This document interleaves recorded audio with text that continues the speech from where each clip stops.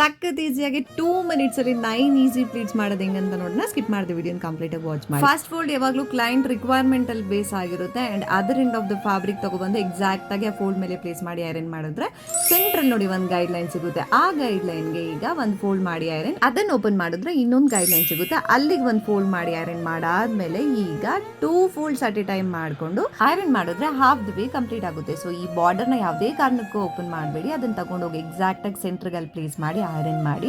Same ಆ ಕಡೆ ಏನು ಮಾಡಿದ್ವೋ ಅದೇ ಪ್ರಾಸೆಸ್ನ ರಿಪೀಟ್ ಮಾಡ್ತೀವಿ. ಸಿಕ್ಕಿರೋ ಗೈಡ್ಲೈನ್ಗೆ ಒಂದು ಫೋಲ್ಡ್ ಮಾಡಿ iron and then 2 folds at a time ಮಾಡಿ ಐರನ್ ಮಾಡಿದ್ರೆ ಕಂಪ್ಲೀಟ್ ಆಗಿ ಐರನಿಂಗ್ ಪ್ರೋಸೆಸ್ ಎಂಡ್ ಆಗುತ್ತೆ. And then throughout the pleat ಎಲ್ಲಾನು ಓಪನ್ ಮಾಡಿ ಸ್ಯಾರಿನ ಸೀದಾ ಮಾಡಿಕೊಂಡು ಆ್ಯಂಡ್ ಈಗ ಪ್ಲೀಟ್ಸ್ನೆಲ್ಲ ಈ ಥರ ಲಿಫ್ಟ್ ಮಾಡ್ತಿದ್ದೀನಿ ಸೊ ದ್ಯಾಟ್ ನಮಗೆ ಕಲೆಕ್ಟ್ ಮಾಡೋಕ್ಕೆ ಈಸಿ ಆಗುತ್ತೆ ಅಂತ. ಆ್ಯಂಡ್ ಒಂದು ಕಾರ್ನರಿಂದ ಪ್ಲೀಟ್ಸ್ನೆಲ್ಲ ನೀಟಾಗಿ ಗ್ಯಾದರ್ ಮಾಡ್ಕೊಂಡು ತಂದ್ಬಿಟ್ಟು ಆ್ಯಂಡ್ ಲಾಸ್ಟಾಗಿ ಒಂದು ಪುಟ್ಟ ಫೋಲ್ಡ್ ಮಾಡಿ ಆ್ಯಂಡ್ ಎಲ್ಲ ಪ್ಲೀಟ್ಸನ್ನು ಪ್ರಾಪರಾಗಿ ಅಲೈನ್ ಮಾಡಿ throughout the pallu shoulder ಪಿನ್ವರೆಗೂ ಇದೇ ಥರ ಮಾಡ್ಕೊಂಡಾದ್ಮೇಲೆ ಕಂಪ್ಲೀಟಾಗಿ ಒಂದು ಸ್ಟಿಚ್ ಐರನ್ ಮಾಡಿದ್ರೆ ಟಡಾನ್.